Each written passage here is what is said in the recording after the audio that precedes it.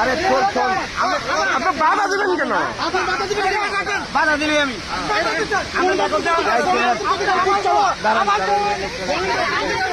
আপনারা দেখতে পাচ্ছেন আমাদের মহিলা জামাতের কর্মীদের মুখোশ বুরকা সবকিছু খুলে ফেলছে, ওদেরকে অত্যাচার করতেছে। আমাদেরকে কল দেওয়ার পরে আমরা আসলাম, এখন আবার আমাদের উপরে তেড়ে আসছে এই যে এই মুরশাদ, এই মুরশাদ ভাই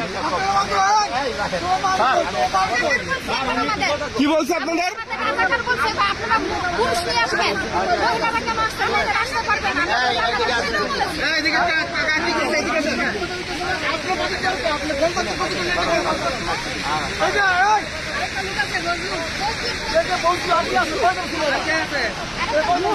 নাম লিখলে একটা থানা দিয়ে তো আজম সাহেবের নিজের এটা দায়ভার নিতে হবে, এরা তো বুঝে না।